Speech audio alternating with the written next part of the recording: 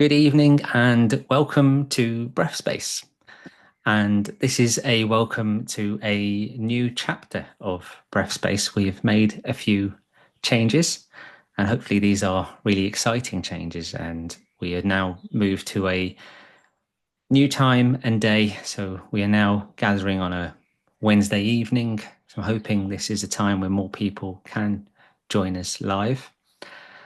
And also, it's the start of hopefully a brilliant new partnership. We're now proudly and very gratefully being co-hosted with Alcohol Free Seeks charity, which is an inspiring community focused on connection, well-being, and living with authenticity and purpose. And we're hoping that together we can create something even more powerful. As always, we're trying to create this shared space where we can just gather together for a moment, just to pause and reflect. And simply just be free from judgment or pressure or expectation. And each week we gather, we're not trying to fix anything, but just allow ourselves a moment to pause and reflect and just be with ourselves more gently, to soften what's been difficult, to let go of what's been heavy, and to create a space for something new to grow.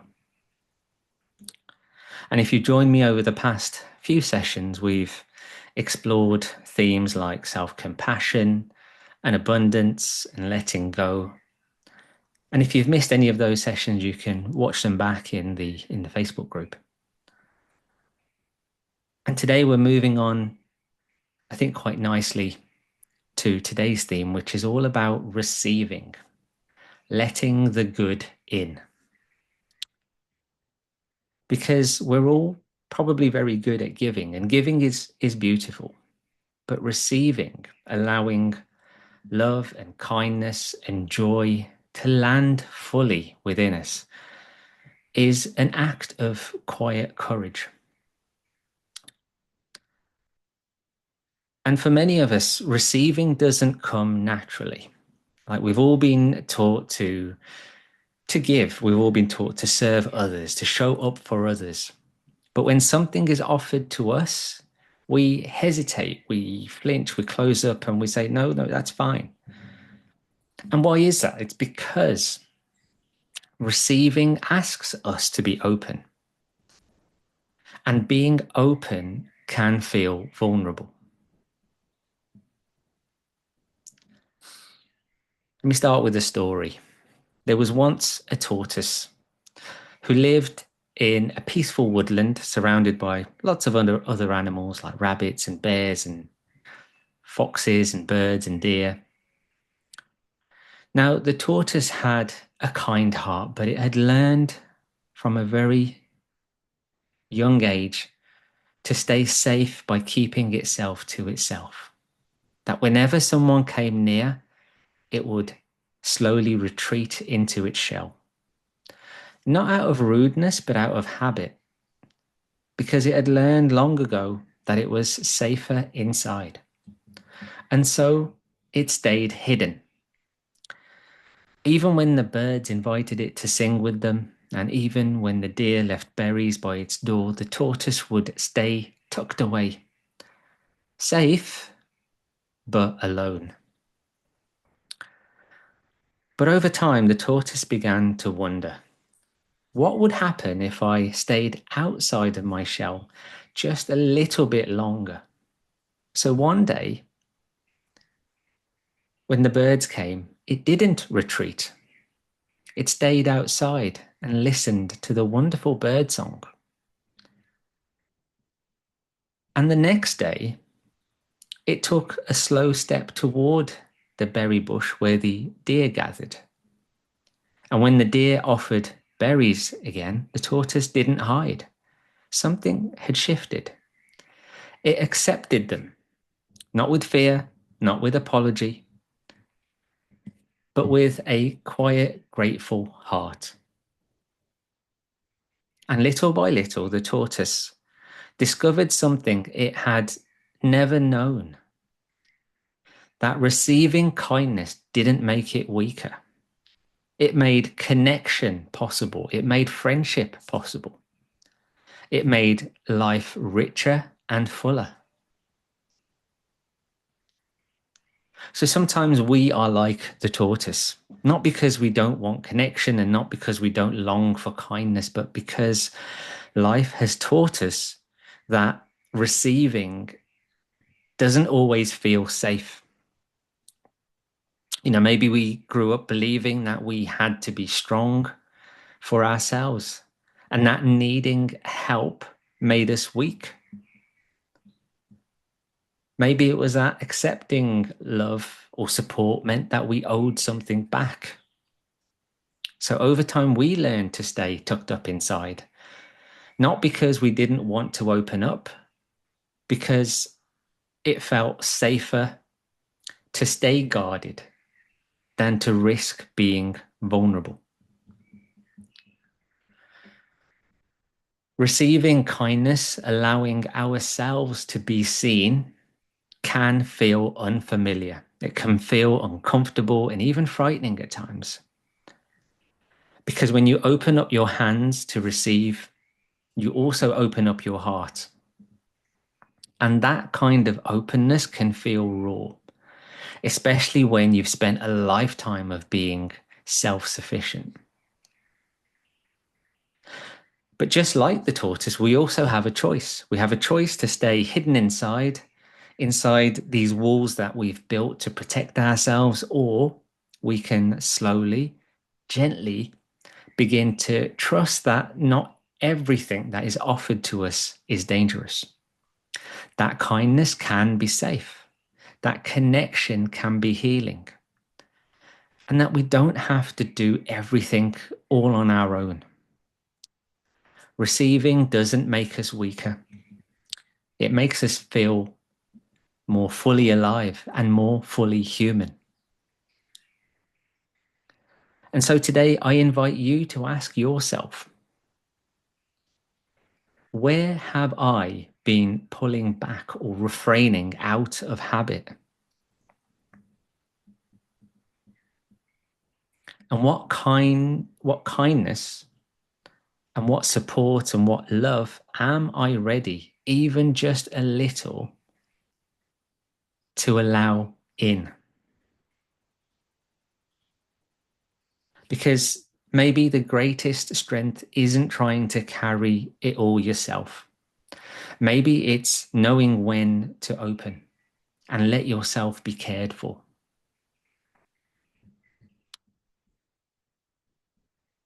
So let's just dive into this concept of letting something good in a little bit deeper. And the question is always, why is it that so many of us struggle to receive? Why do we say things like, I'm fine, when we're not? Why do we downplay compliments? Why do we push away help or feel guilty when someone does something kind for us? And it's often because somewhere along the way, many of us have learned that receiving wasn't deserved, or we associate it with guilt. And psychologically, this comes from early conditioning. We might have grown up in environments where love had to be earned through performance, where help came with strings attached, where rest was seen as laziness, or needing support made us feel like a burden. And over time, we began to associate receiving with things like weakness. The thought of, I should be able to do this on my own. Or debt. The thought of, if I accept this, then I owe something back. Or unworthiness. The thought of, I haven't done enough to deserve this. Then these beliefs get internalized and they start to shape how we relate to everything, like kindness, like praise, like help, and joy. And here's the twist. Many of us are so brilliant at giving. We are carers. We show up for others. We are the strong ones, the reliable ones, the helper. But if you've wrapped your identity around always giving, then it can feel unsafe to open your hands and receive. Because receiving requires something that we're often not used to, and that's vulnerability. To receive means to allow ourselves to be seen in our need. It means to let go of control. It means to trust that someone's care is genuine and that we are worthy of it exactly as we are. And here's the truth. You are not any more worthy when you give or any less worthy when you receive. You are deserving of love and support and kindness, not because of what you do, but because of who you are. Receiving is how we refill the well. It's how we restore our balance, and it's how we experience the very connection that we are often working so hard to create for others. And so, as we move through today's session, I invite you to gently reflect. What would it feel like to stop apologizing for your needs? And what would it feel like to let something good in and simply say thank you?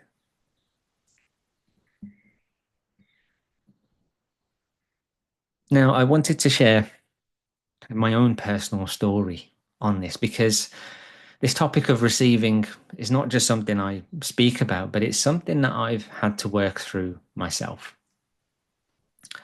Because for a very long time, I really did struggle to accept compliments and gratitude. I'd built my life, my career as somebody who gives to family, to friends. As a doctor, that's kind of natural within that line of work. And when patients or clients would say, "Thank you so much, you've really helped me," my instinct was always to brush it off, to say, "Oh, it's just my job," or, anyone would have done the same thing. Or I just tried to deflect it or minimize it or pass the credit on maybe to somebody else.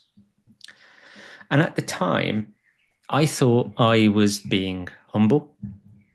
But if I'm honest, it came from a place of discomfort.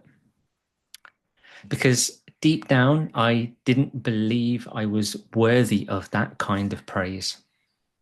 And the more I pushed it away, the smaller I began to feel inside. It quietly just chipped away at my confidence without me even realizing it. But then one day something changed.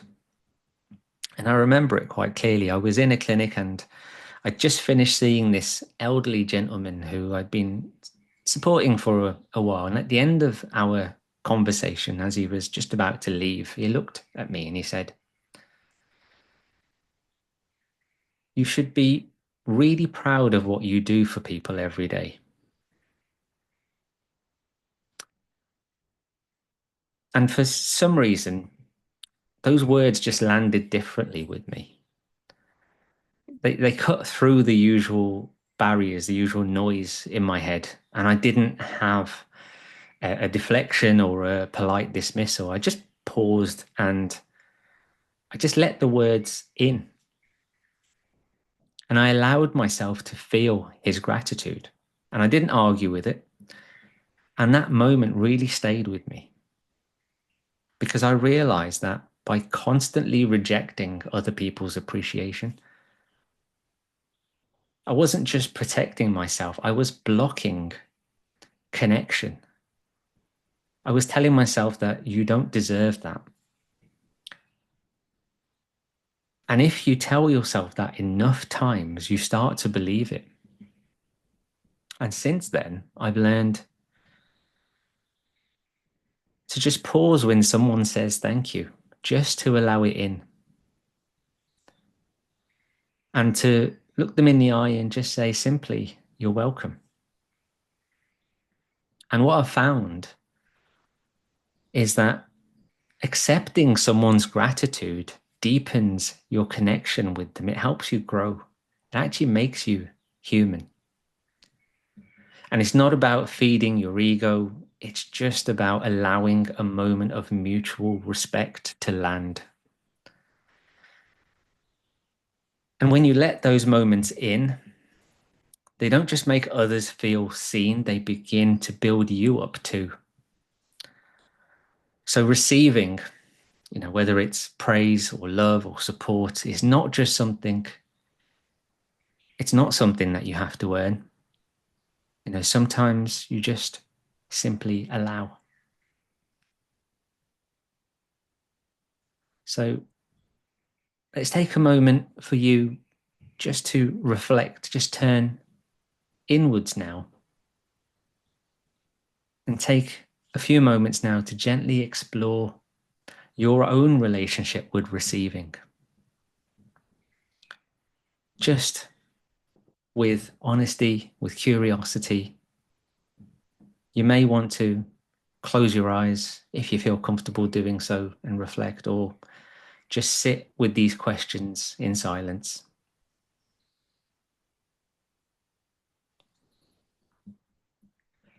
When was the last time that someone offered you kindness? Maybe it was a compliment or help or gratitude, and you found it hard to receive. What did you say in that moment? And how did it feel?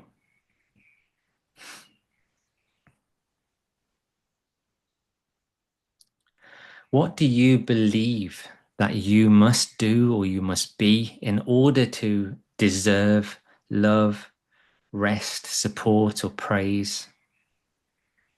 And where did that belief come from?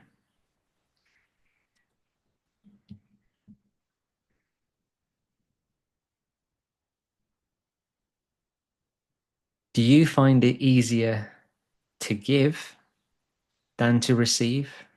And if so, why do you think that is? What does being the person who gives allow you to avoid?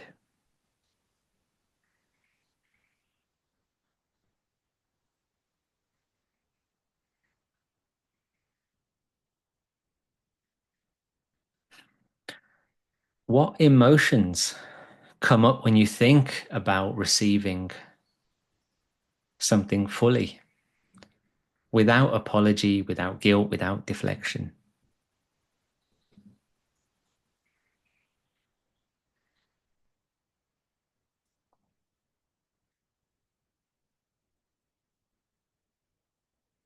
And what might shift in your life if you allowed yourself to receive more openly? How would this affect your relationships, your self-worth, your sense of balance?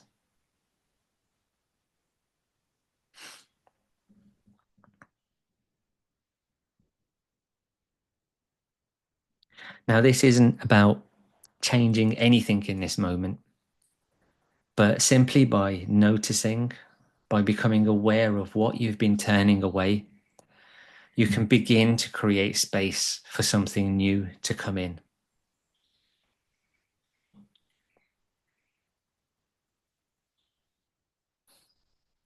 And now I just wanted to go through a couple of questions that I'd received. And again, thank you for anybody who sent me some questions.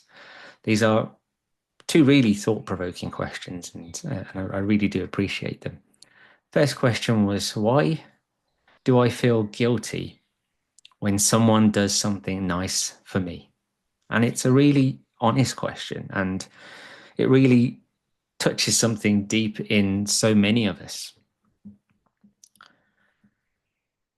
So often when someone offers us kindness, it could be a gift, a compliment, their time, we don't meet it with openness. We meet it with a tension or a discomfort or a guilt. And we say things like, oh, you didn't have to do that. Or maybe we try and give something back immediately. We feel like we owe something. It's kind of like a transaction. Or we may quietly just shrink inside and feel undeserving, like we've somehow tricked them into thinking that we're worth a moment of care. So where does this come from? Well, it's often shaped through early conditioning. We learn, whether consciously or not, that love, attention, and reward, they must be earned through achievement or good behavior or self-sacrifice. We learn that care is conditional, that rest can only follow hard work, and that we should never take too much. So when somebody gives to us freely with no strings attached, our nervous system, it doesn't know what to do with it. The brain actually flags this as unfamiliar, because to the brain, that means unsafe. From a neuroscience perspective, when something challenges a long-held belief, especially around worth, then the brain reacts. The emotional center of the brain, the amygdala, interprets this as a threat. It feels that this is something that doesn't match what I believe about myself.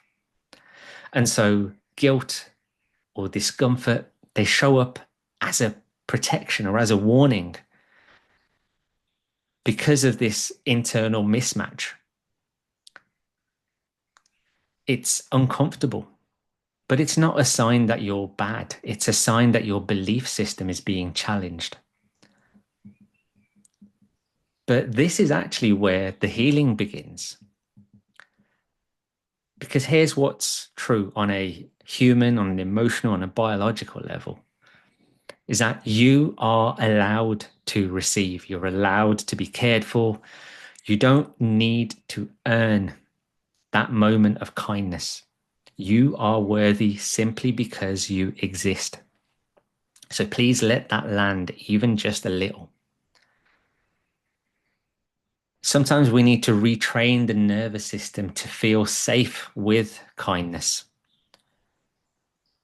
to be able to sit with the discomfort of receiving and let it soften over time.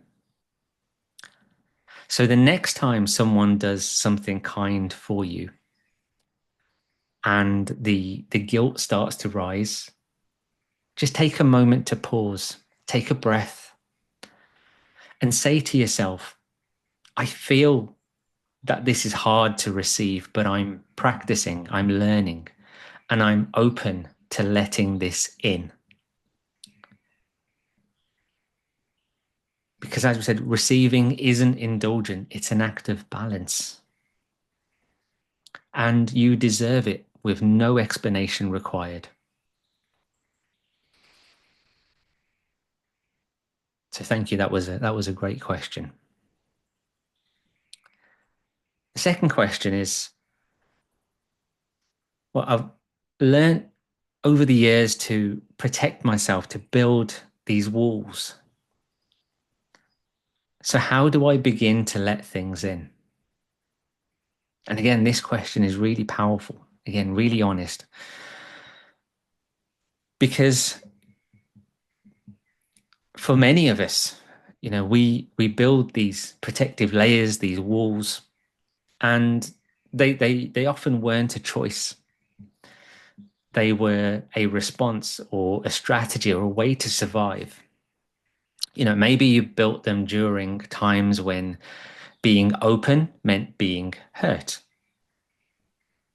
or when asking for help was met with rejection, or when being vulnerable left you feeling unseen or worse, ashamed. And so you adapted. You will learn to protect yourself, to trust only yourself.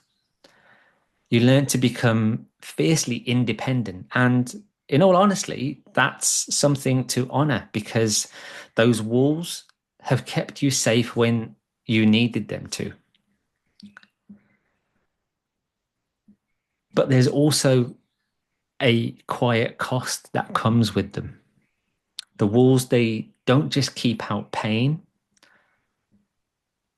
they also keep out connection and joy and support and belonging. The very things that we crave.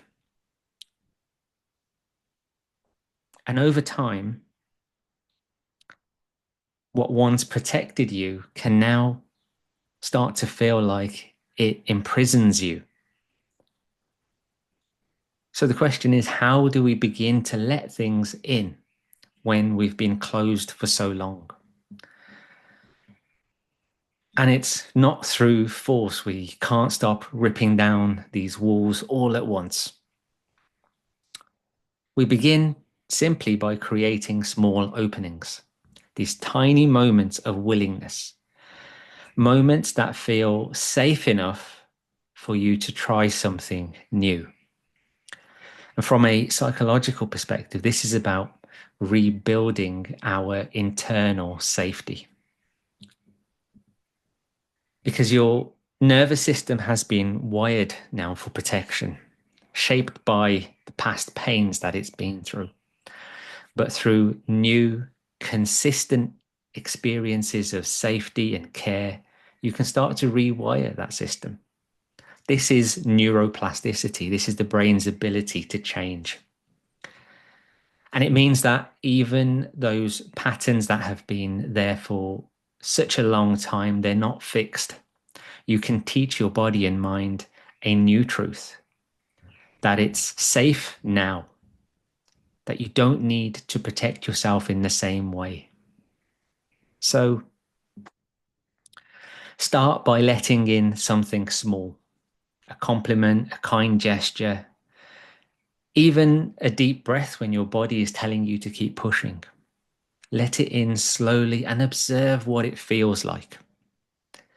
And if you notice any resistance, well, meet it with compassion.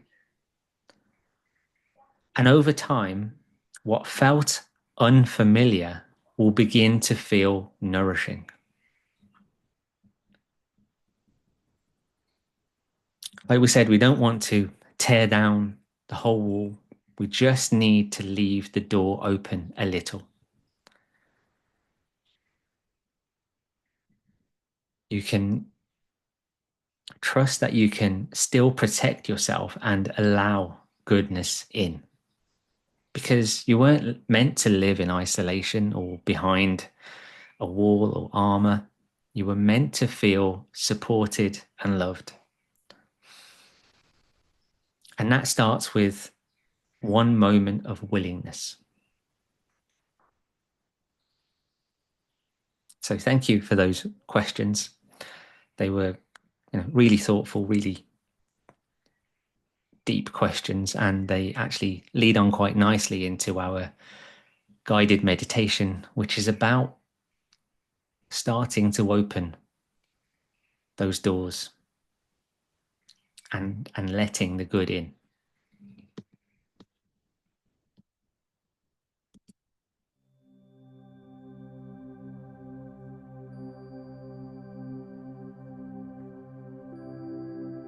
So let's take this time now to close our session gently. Find a comfortable position. It could be seated or lying down. And let your body rest in a way that feels supported.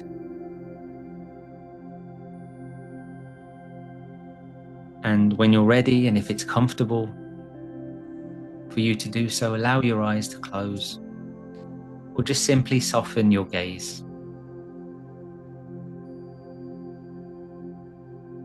And let's begin with the breath. Breathe in deeply through your nose, feel the air as it fills your lungs. And as you breathe out, notice the chest falling and the air just evaporating away.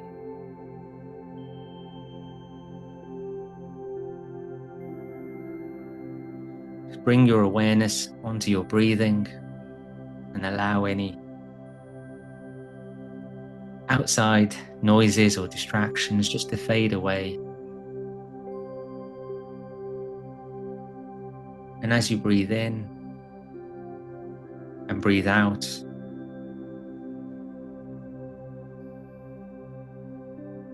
notice how you relax with each breath. As you breathe in, allow that calm, relaxing energy to fill your lungs. And as you breathe out, any stress or tension or worry can just leave.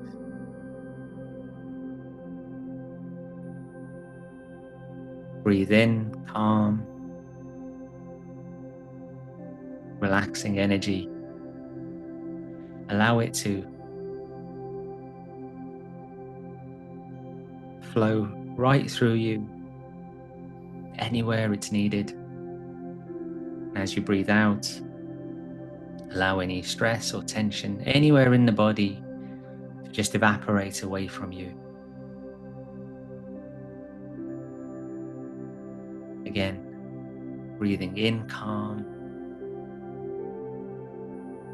and breathing out anything you don't need to hold on to right now.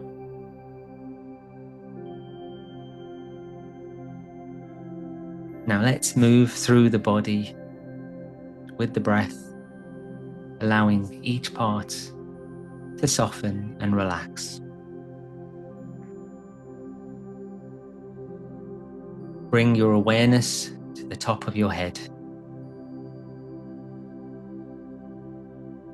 and imagine a wave of warmth and relaxation just washing gently over your scalp and forehead. Release any tension around the eyes and the temples and the jaw.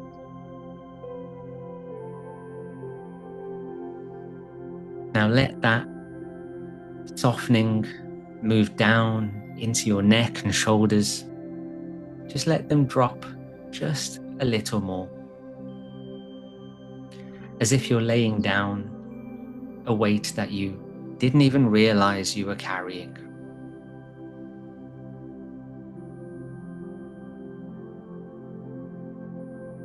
Now breathe into the arms and the elbows, the wrists, the hands, and the fingers. Let the breath gently move through them, inviting release.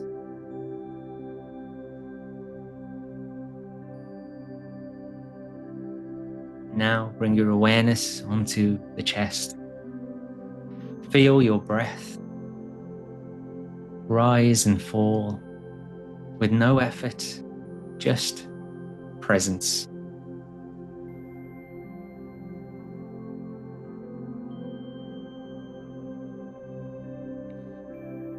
Let your chest open slightly, just enough to feel the possibility of receiving. Now breathe into the belly. Let it expand and soften. Feel the breath moving through your hips, your legs, and down to your knees, the calves, the ankles, the feet, and the toes. Your whole body now relaxed supported, and safe, held by the earth, held by your breath. And now, let's imagine that within you is a beautiful walled garden. And at some point in your life, you began to build those walls, brick by brick, layer by layer, to keep yourself safe, to protect your heart, to stay in control. And you notice that each stone is marked with words like guilt, unworthiness, not enough. I have to do it all myself. Now, these walls served a purpose. They helped you survive. They gave you shelter when you needed it. And for that, you can be grateful. But now, as you stand in the center of your garden, you realize that something is missing. Because while those walls kept out the hurt, they also kept out the good, the love, the support, the joy, the rest, the kindness. Everything that you have been craving is just waiting on the other side. So you walk slowly to one of the gates in the wall. Rest your hands gently on the latch. And you pause. And with a deep breath, you open it. And a soft light pours in, filling your garden with warmth, connection, and peace. It flows through the gate into your garden and into you. You didn't have to chase it. You didn't have to earn it. It was always there, waiting for you to let it in. And now, one by one, you begin to open the other gates, letting the goodness flow freely, letting your garden be filled again. You are not any less safe. In fact, you are more alive. So repeat silently with your breath. I am open to receive. I release what no longer protects me.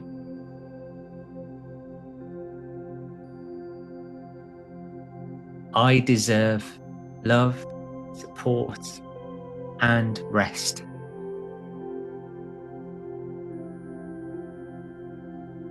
I allow good things to come in. Let this breath carry that truth deeper with each inhale, and let it land within you.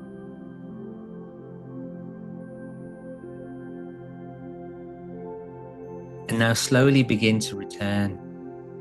Feel your body supported beneath you. Feel your breath moving gently through you. Wiggle your fingers and your toes. And when you're ready, slowly open your eyes. and carry this openness with you for the rest of your day and week, knowing you are allowed to receive and you are allowed to be full.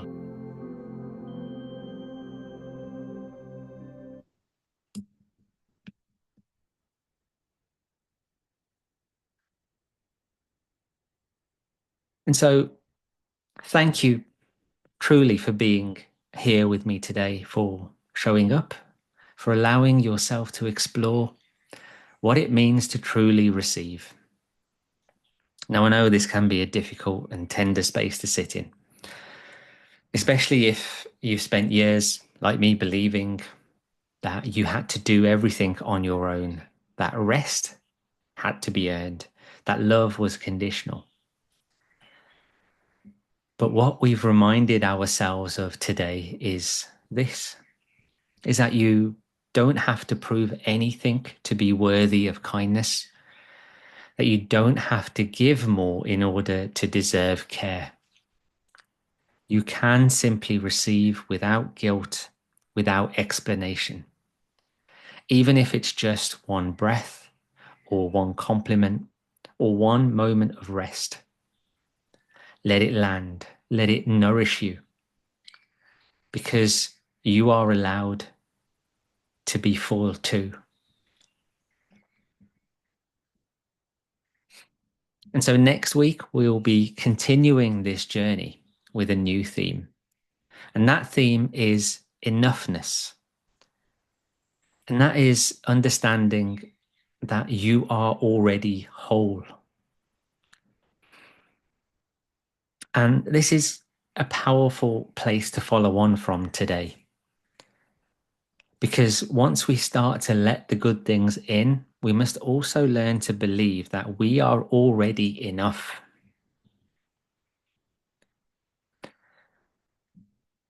And you'll find the details for the next session in the Facebook group. And as always, if you'd like to share a reflection or send in a question for next week's session, then I'd love to hear from you.